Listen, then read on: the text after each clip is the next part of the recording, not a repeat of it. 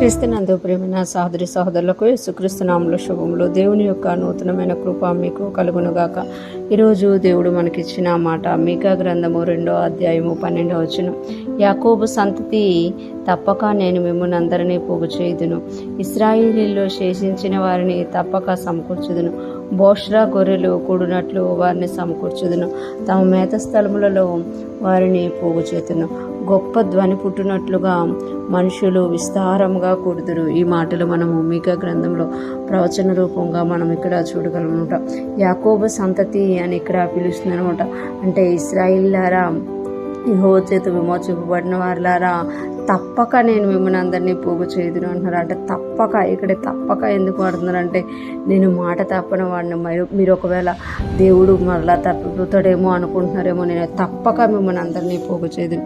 మీరు చెదిరిపోయిన గొర్రెల్లాగా ఉన్నారా, నేను మిమ్మల్ని అందరినీ తప్పక పోగు చేయుదును అని అంటున్నమాట. ఇశ్రాయేలీలో శేషించిన వారిని తప్పక సమకూర్చుదును. చూసారా, అంటే తప్పక అని ఎందుకు చెప్తున్నానంటే, నేను ఖచ్చితంగా చేస్తాను అని ఇక్కడ చెప్తున్నామాట. తప్పక నేను మిమ్మల్ని అందరినీ పోగు చేయుదును, ఇశ్రాయేల్లో శేషించిన వారిని తప్పక సమకూర్చుదును. అంటే నేను మాట తప్పను, నేను తప్పక చేస్తాను. మీరు ఎక్కడెక్కడైతే చెదిరిపోయారు, ఎక్కడెక్కడైతే వెళ్ళిపోయారు, అక్కడ అంతటి నుండి మిమ్మల్ని పోగు చేస్తాను, శేషించిన వారిని అందరినీ సమకూరుస్తాను, బోస్రా గొర్రెలు కూడినట్లు వారిని సమకూర్చుదును.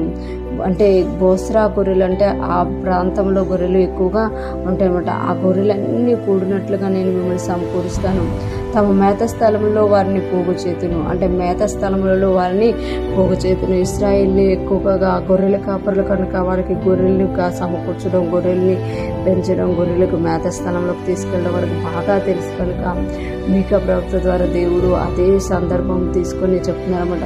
నేను కూడా మిమ్మల్ని గొర్రెలు కూడుకున్నట్లు మిమ్మల్ని సమకూరుస్తాను, మేత స్థలముల్లో మిమ్మల్ని పోగు చేస్తాను అని దేవుడు సెలవిస్తున్నారు. గొప్ప ధ్వని పుట్టినట్లుగా మనుషులు విస్తారంగా కూడుదురు. గొప్ప ధ్వని పుట్టినట్లుగా మనుషులు విస్తారంగా కూడుదురట. ఒక ఇద్దరు ఉంటేనే ఎంతో లొల్లు అవుతుంది. అలాంటిది విస్తారమైన ఎక్కువ మంది ప్రజలు ఉన్నారనుకో, ధ్వని పుడుతుంది కదా, ఒక సౌండ్ వస్తుంది. అలాగా నేను గొప్ప ధ్వని పుట్టినట్లుగా మనుషులందరూ విస్తారముగా కూడుదురు, మనుషులందరినీ విస్తారంగా నేను సమకూరుస్తాను అని ఇక్కడ దేవుడు తెలియజేస్తున్నమాట. ఈరోజు ఫ్రెష్ మన్నా వింటున్న ప్రతి ఒక్కరూ జ్ఞాపకం చేసుకోవాలి, దేవుడు ఖచ్చితంగా సహాయం చేసే దేవుడుగా ఉన్నామట. ఎక్కడైతే చెదరగొట్టబడ్డామో అక్కడ మరలా సమకూర్చే దేవుడుగా ఆయన ఉన్నారన్నమాట. సమకూర్చడమే కాకుండా దేవుడు అంట తప్పక, ఈసారి ఏం చెప్తున్నారు అని అంటే, తప్పక నేను మిమ్మల్ని సమకూరుస్తాను, తప్పక నేను మిమ్మల్ని పోగు చేస్తాను, తప్పక నేను మిమ్మల్ని మేధస్థానంలో తప్పక, అంటే ప్రతి విషయంలో నేను తప్పక చేస్తాను అని దేవుడు తెలియజేస్తున్నమాట. ఈరోజు ఫ్రెష్ మన్నా వింటున్న ప్రతి ఒక్కరూ జ్ఞాపకం చేసుకోవాలి. ఆ రోజు యాకోబు సంతతికి దేవుడు ఏదైతే వాగ్దానం చేశారో ఈరోజు మనకు కూడా చెప్తున్నారు కదా, తప్పక నేను మిమ్మల్ని ఆశీర్వదిస్తాను, తప్పక మిమ్మల్ని సమకూరుస్తాను, తప్పక మిమ్మల్ని పోగు చేస్తాను, తప్పక మిమ్మల్ని అందరినీ ఒక దగ్గరికి తీసుకొస్తాను అని దేవుడు తెలియజేస్తున్నారు. దేవుడు చేసిన వాగ్దానం దేవుడు నెరవేర్చి మన అందరి జీవితంలో తప్పక ఆశీర్వదించి ఆయన నామానికే మహిమ తెచ్చుకొనుగాక. ఆమేన్.